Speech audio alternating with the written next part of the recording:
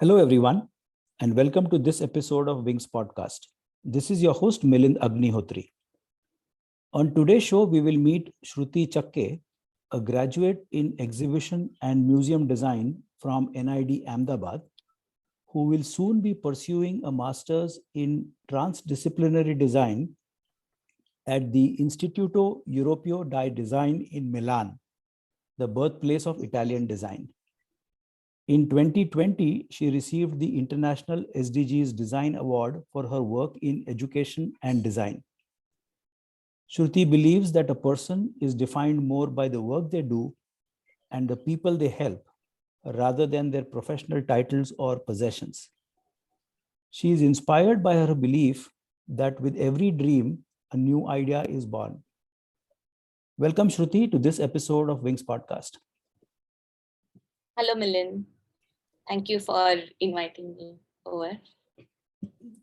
Pleasure and joy is ours, Shruti.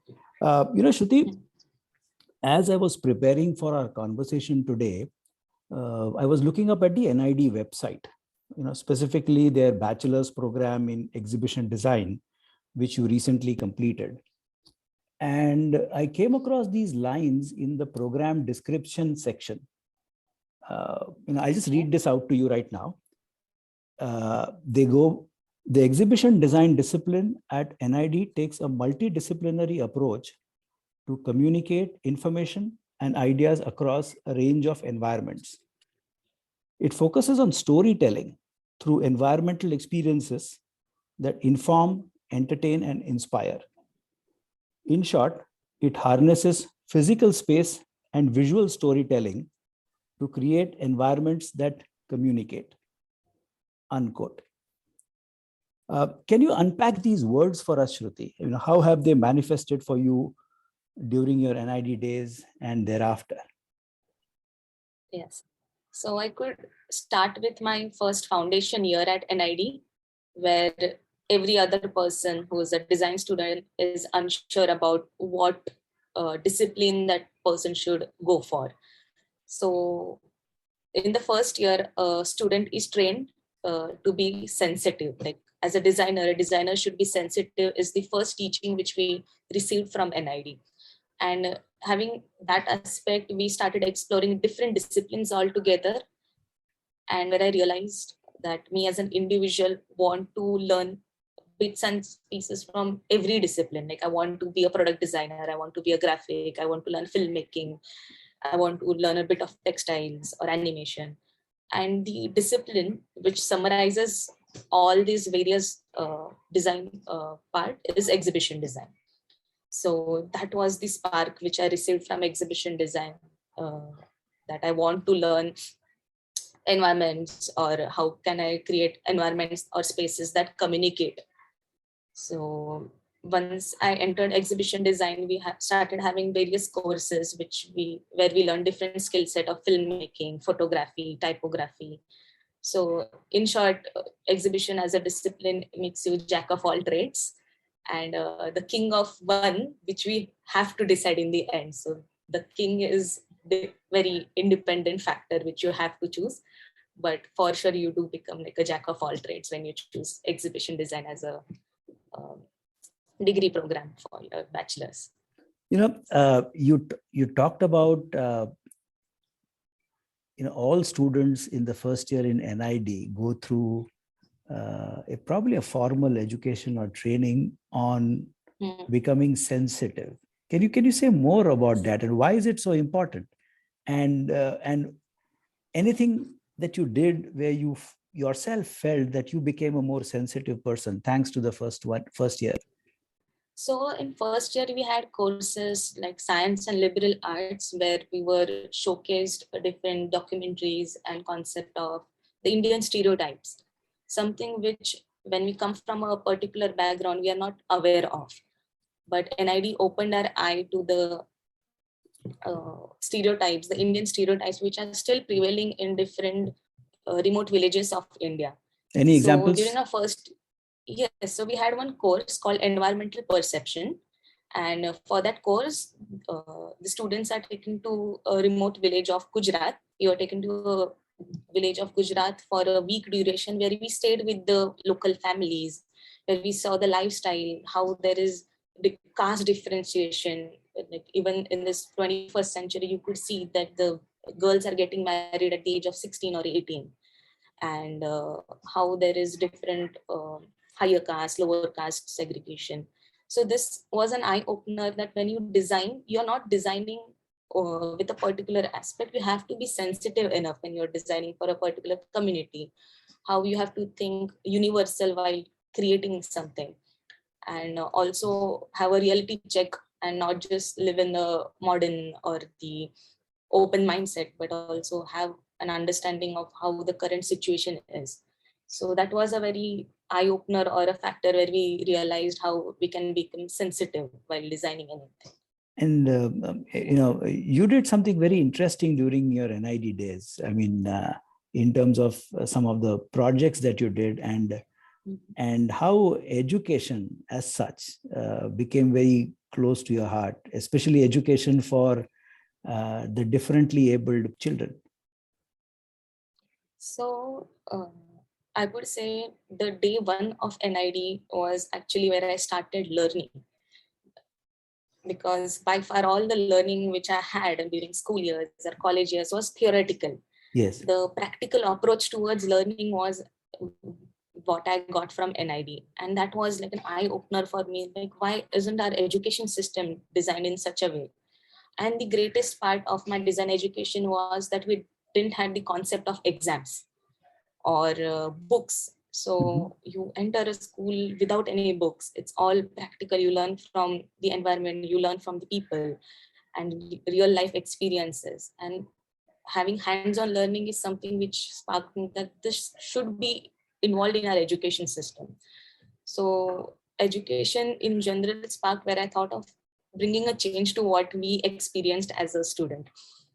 And differently abled aspect came into picture when I was thinking of designing something for children in general.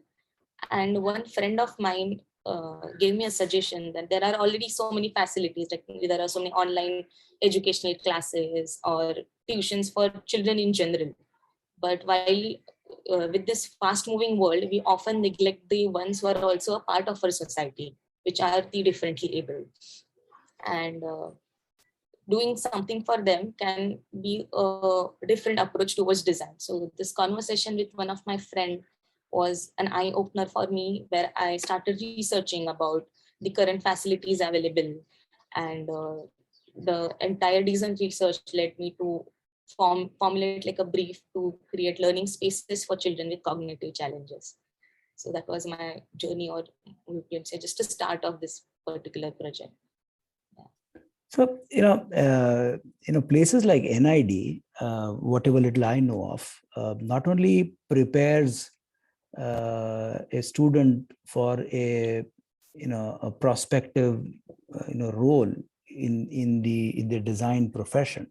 So, whilst you are acquiring skills and knowledge about various aspects of education, a lot happens to you as a person, right? I mean, it's intense. The way the whole campus is designed, the life on the campus where you have to spend those years of your bachelor's degree, and then you have, I was reading on the NID website for your bachelor's of exhibition design course, that you have to learn something called scenography. So what is that? So first thing I would like to mention is throughout the years, not only sensitive, but you also develop a practice of resilience. That no matter what brief you're given or a problem you're given, try to come up with a solution. So that practice of resilience is one thing which every designer at NID learns throughout time. And scenography, in simple words, could be defined as the art of perspective representation. So in scenography, you are given a different perspective towards design, and the combination of exhibition design at the same time, where you are made to how spaces could communicate. So I would like to share one of my project from the course scenography, which is where we designed a set called Blind Spot. And to reach there, we had a particular design narrative where we were made to read the Metamorphosis by Franz Kafka, where we came across the concept of alienation or isolation, where how Kafka himself was unsure about the scale and he was dealing with so many human emotions.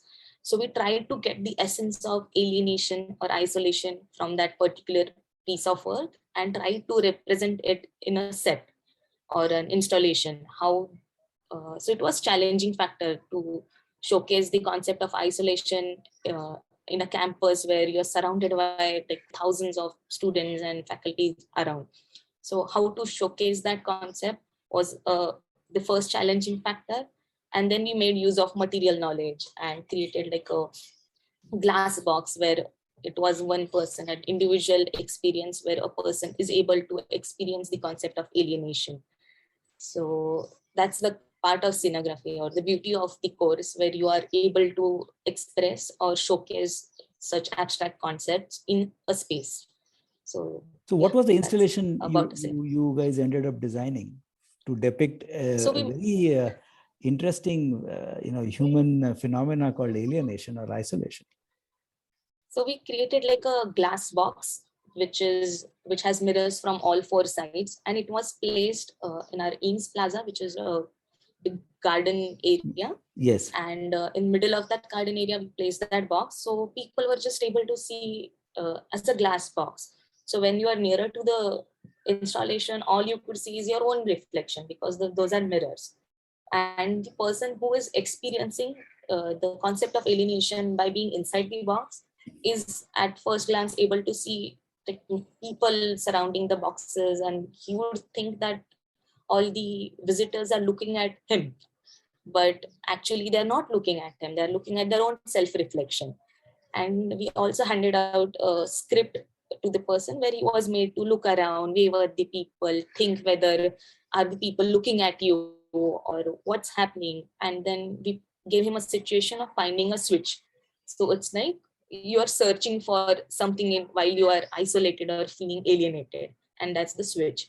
And when you find the switch and finally press the on button, the mirror glass is lit up from inside, and at that moment that individual person is only able to see his self-reflection, and he's not able to see the people anymore. So this is a very abstract concept of how we as humans in everyday life, we are surrounded by so many people, but everyone is busy in their own lives and nobody's actually looking at you. And that ultimate reaction or the action of finding the switch can be depicted to the end of life, where now all you could see is your self-reflection. Now when people are not able to see you, but they're actually able to see you. So it's a very philosophical and a very different way of showcasing the death and life and how humans or how we are surrounded by people. Quite intense there, quite intense, because I guess design in many ways, correct me if I'm wrong, Shruti, does dwell in the realm of philosophy too, right? Yes. And how we as human beings find our place in the world, because I guess, for example, the way over the last 15, 20, 30 years or so, technology in many ways has influenced the way we live, the way cities are designed, the way we communicate with each other, and so on and so forth. So there are a whole lot of factors that must be going on in designing spaces, as you call. And then specifically when you're talking of education and differently abled education, people from differently abled background, what are those factors that somebody like you have to hold together? For example, when you did the Anandi project, why don't you walk us through that? So to begin with, I will go back to what I said during the start of the podcast, is how designers should be sensitive. Mm-hmm. So when you're dealing with your stakeholders, which are the special children with special needs, you have to be aware of very minute details. It could be the terminology also which you use while designing for a particular set of audience. And how that awareness could be got is also by an intensive research, where I started communicating with the parents, the teachers, different doctors who deal with children with special needs. And to share about this particular project, this was my graduation project. And when I started working on it, the COVID-19 hit worldwide. And to be honest, design work could be done more out in the field than by closed walls. And so that was a challenge which I faced during the beginning of this project. But then I used the tool of filmmaking as a support to my project. I made like an outreach film, and during pandemic, I remember everyone was using social media so widely that outreach film helped me to connect with different parents, teachers, physiotherapists, and students who have worked in this particular domain. So they acted like my teachers and my research points. And then getting information from all these stakeholders gave me an overall idea about how sensitive this topic is in the first place. That no matter what you design or what you work, the students don't remember anything the next day. So I came across the concept of how their learning is repetitive in nature. So there were various factors I came around. Then I realized for such students, the concept should be fixed, that even if they come back tomorrow, they are able to learn the same concept all over again. And that's how I started developing different design ideas. The first challenge was that the design should be an outdoor space. But then due to COVID-19, the schools were shut. So how am I supposed to design this space while the students are only not there? Then, as I say, that with every, like my entire dream towards this project was I want to create a learning experience. And then that idea was born that, okay, ultimately it's an experience. It could be like experienced outdoor as well as indoor. So how can I bring these spaces from an outdoor space to indoor is via technology. And that's developing an app for the students. And that app could be like a helping aid to the parents who are actually the teachers right now. So if there is no school, the parents are the teachers for the students during the course. And that's how the idea was developed. And I started figuring out like how the pieces of puzzle were starting to fall into places. And this was my entire experience throughout designing these learning spaces for the children with cognitive challenges. So all I could say is I realized if you have a good design idea and you have the will to find a solution, like the resilience part, which I talked about as a designer. So you have to balance both, like how you could be sensitive and resilient at the same time, and then work towards an idea. Then everything falls into places, was my experience while working on this project. And this experience led you to go to, of all places, Ladakh. Yes. What's that So story? How yes. did that happen to you?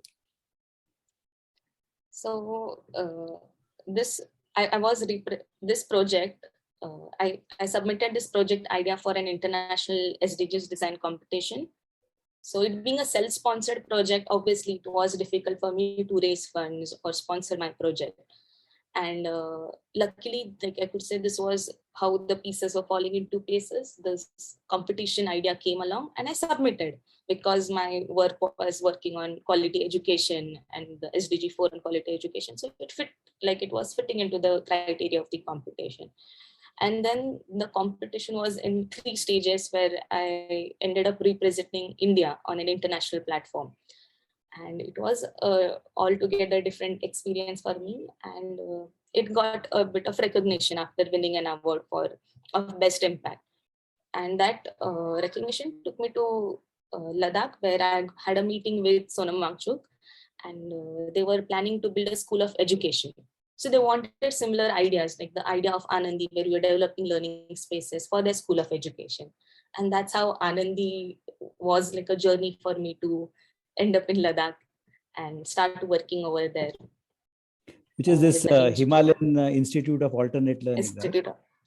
Yes, correct. So I was working as a curriculum designer for a period of like 5-6 months, where we were developing a sustainable curriculum, which was more hands-on learning.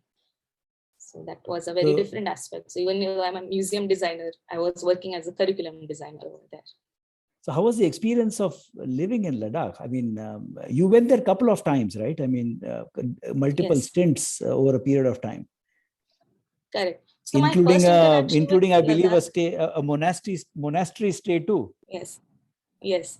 So that's what I'd like to share. So my first interaction with Ladakh was in the year 2019, when I was a fourth year student of NID.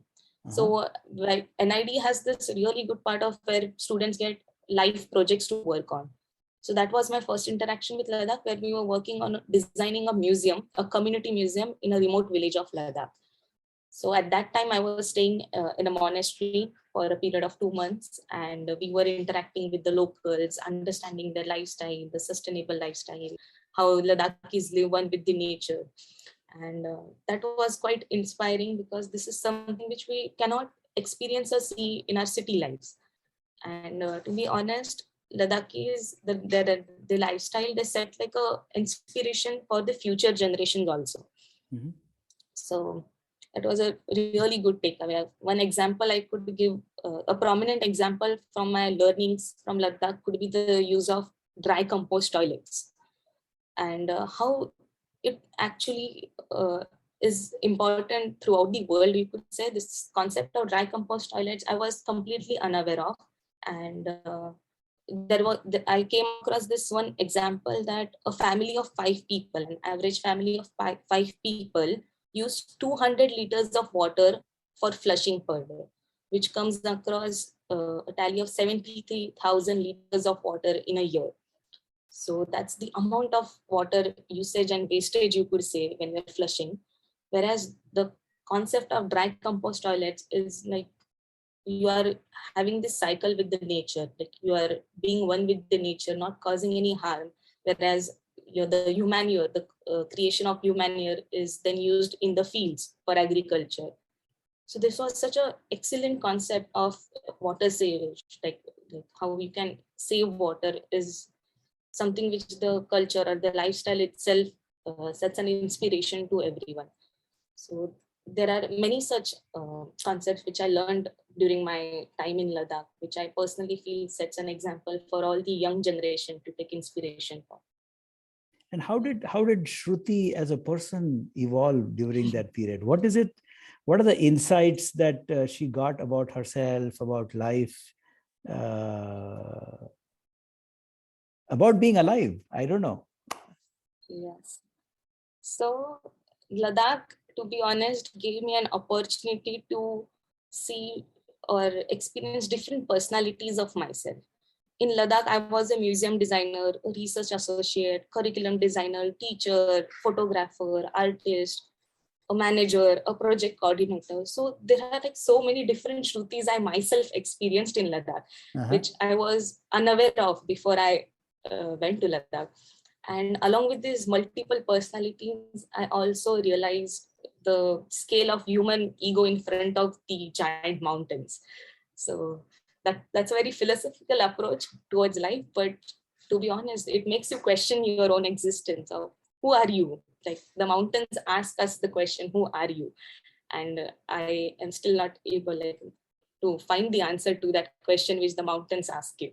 So yeah, that was a very... different people at different stages in life and thanks to different triggers do end up engaging with this question called who are you or who am I? And it's good that this answer, this puzzle has never been solved. But as just as you have read Kafka, there is another amazing philosopher, author. He goes by the name, what's his name? Michel Foucault. He's a French sociologist, and he's done a lot of work on human behavior. I mean, a classic book of his is called Madness and Civilization, if you can probably get your hands around. And somebody asked this question to Foucault, who are you? And he had a beautiful response, which I think I resonate a lot. And somehow what I hear from you just now also kind of resonates, this answer that Foucault gives. He says, don't ask me who I am and don't expect me to remain the same. Correct.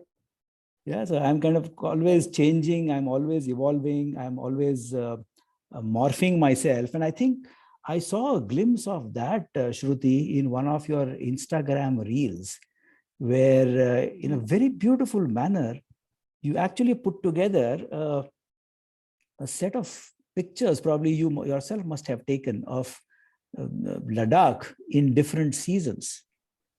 Yes. With a beautiful piece of music, and as if it was an exhibition done by Mother Nature to people who live there, a different kind of exhibition design where there is no designer. I don't know. Yeah. Mother Nature is the designer herself. True. Yeah, absolutely. The design is the designer, and the designer is the design. You can kind of draw a kind of a circular link there. But how was your stay there? What was a typical day of Shruti's life while she was living, let's say, in some of the harshest winter there? Yeah.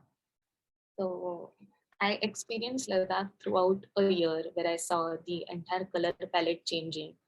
And during winters, especially, I realized Ladakhis have a very slow life, but they are prepared throughout the summers for the winters. And even the life is slow, there's a lot of other stuff happening. People focus on crafts and family gathering, and socialization is happening more during the time of winter. And because they have festivals called Losar, where every other family gathers. And one thing I've noticed in the lives of Ladakhi is the community living. They have a community called fast phones. Fast phones is, even the relatives they are not blood related, but they are together in different aspects of life. So let it be marriage, let it be a festival, if there is a death happening, the fast phones are there for each other. And this was a very interesting concept, where we, in over here, we are more related or consider relatives which are blood related, or we have a particular relationship with them.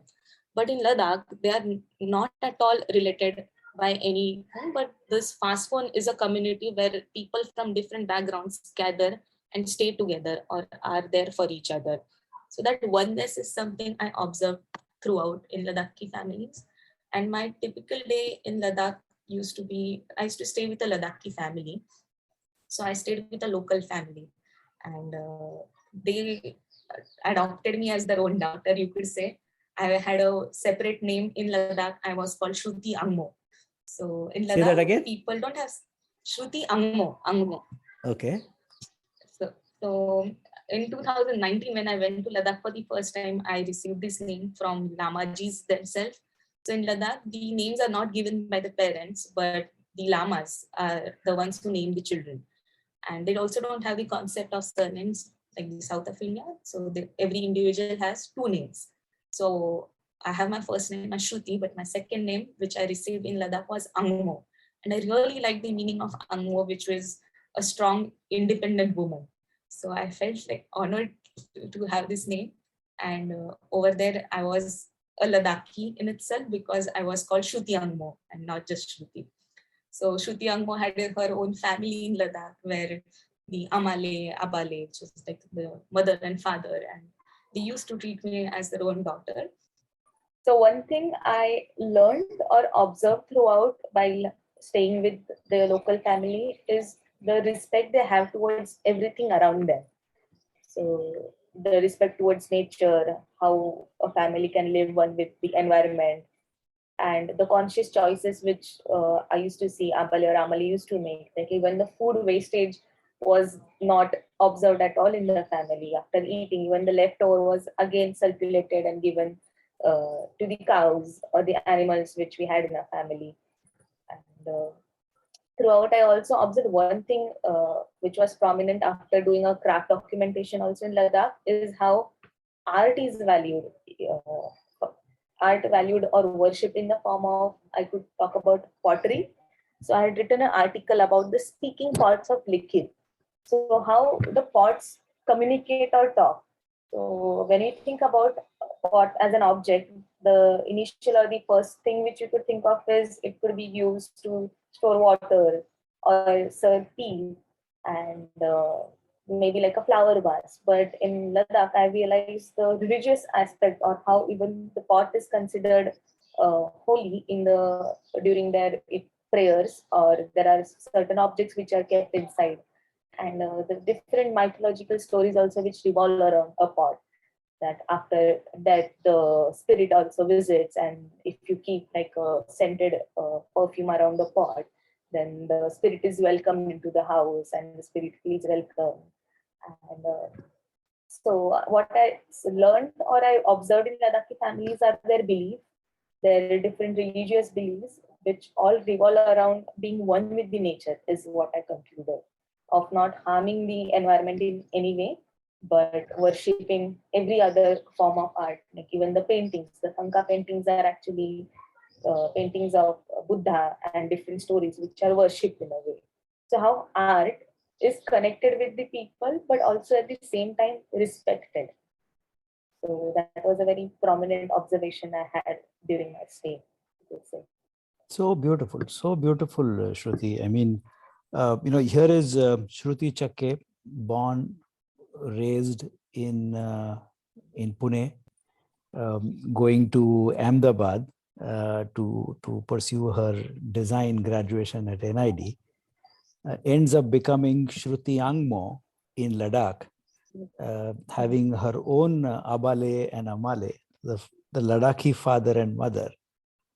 And now she is at a threshold of going to Milan in Italy to pursue her master's in transdisciplinary design, where who knows, an Italian padre or madre may be waiting for you. Sure. So what is this program, and what is it that you're looking forward to in this 2-year stay at this institute in Milan? So transdisciplinary, if I have to explain in simple words, it could be like learning a skill to solve problem uh, by honing different perspectives. So as a transdisciplinary designer, I not only have to look at a design perspective as a museum designer or an exhibition designer, but with time I have to consider uh, a problem or a solution to the problem in the perspective of a scientist or a doctor or a psychologist or a business person. So having multiple approaches or perspective towards design is what attracted me in the first place towards this course. And I realized that with a year long experience in Ladakh, I myself played different roles, where I was a teacher, a designer, I was learning management, logistics, or artist, photographer. So all these are different parts which I explored, and how these different perspectives can help me to come up with a solution is what is something what I'm looking forward to learn from this course. So this is like a very pre-background or idea I have of transdisciplinary, but obviously with experience, the perspective or the idea of transdisciplinary can change. But yeah, this is something I'm looking forward to, like how I can learn the different aspects of using design knowledge and developing like a systems oriented approach towards design, which could be helped in transforming or redeveloping my Anandi spaces. So that's the perspective I'm currently keeping on that. And how did this opportunity come your way? So I was doing my own research while considering masters, and I was not sure. Like 1 year, I took a 1 year gap after my bachelor's because I wanted to understand in what stream or what field I want to consider my master's. So my year-long research and experience with Ladakh, or in general, my learning experience was such that I want to look at design from a universal perspective, like a 360 degree. And that approach towards design could be formulated in different design streams, which is system design approach or a transdisciplinary approach. And that's how I came across this particular course, which was first offered at Parsons. So I applied to Parsons, and this Milan University actually was recommended by my NID, we received a mail from NID.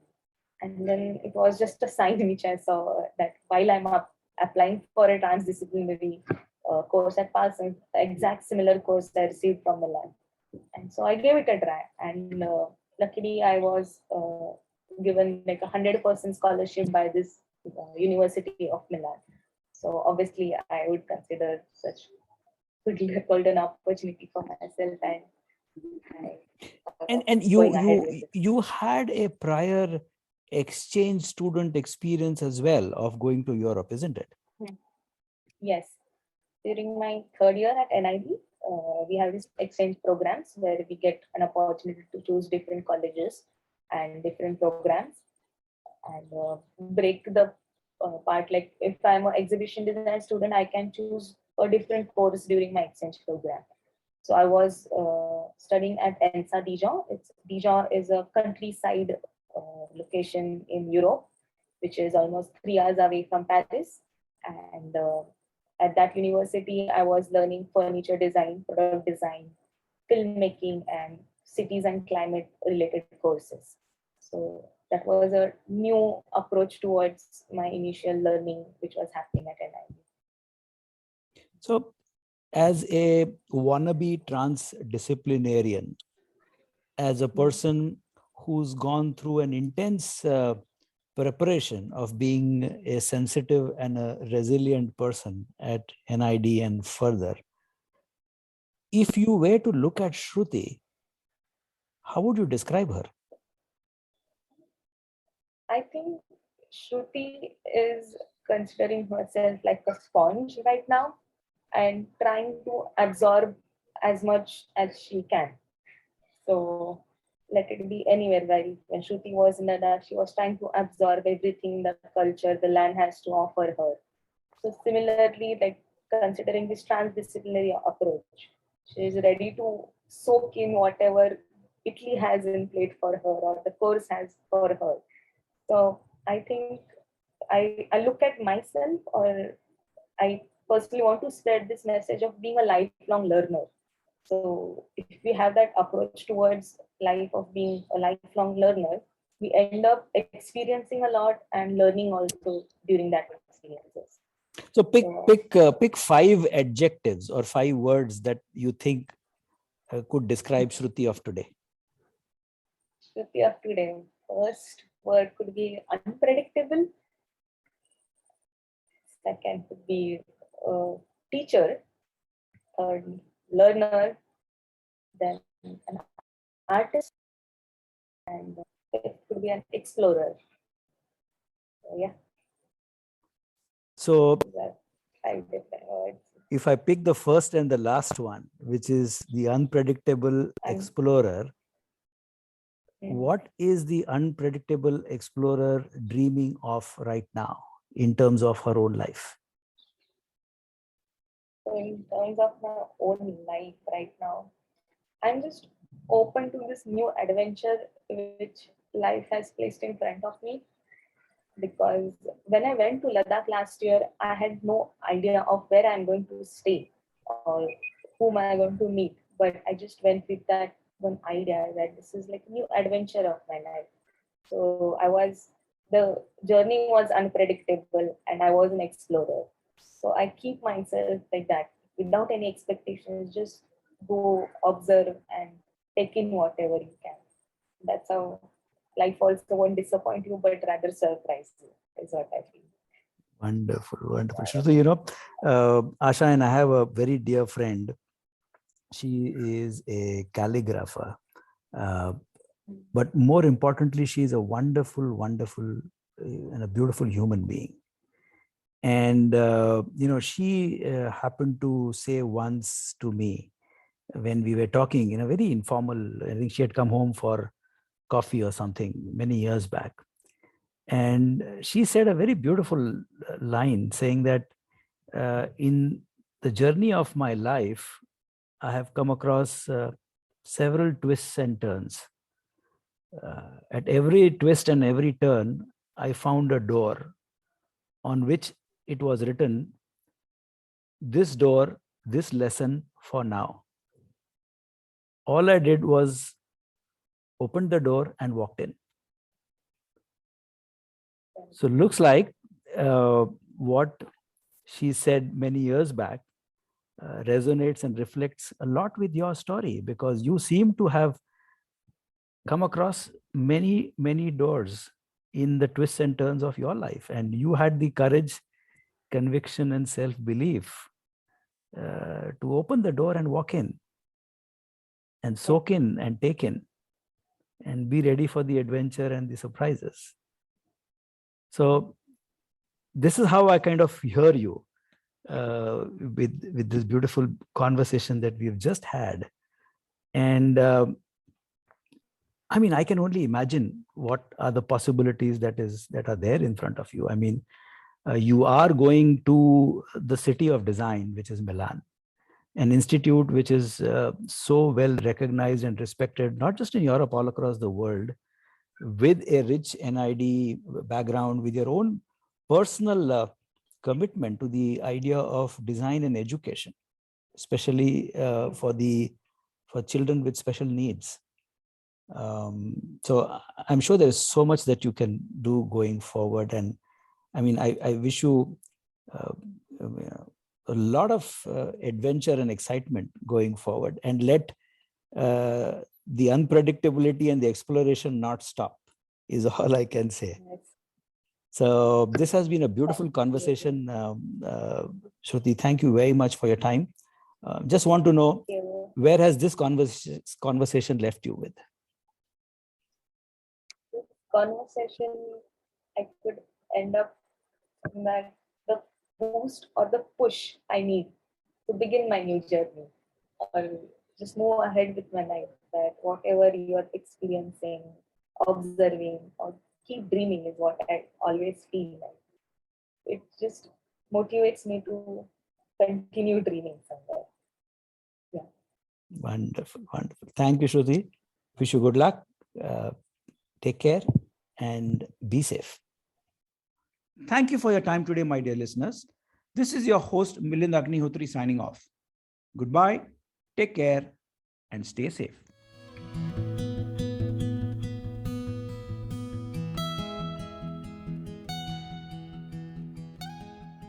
This podcast is for general information purposes only and should not be considered as a piece of any professional advice.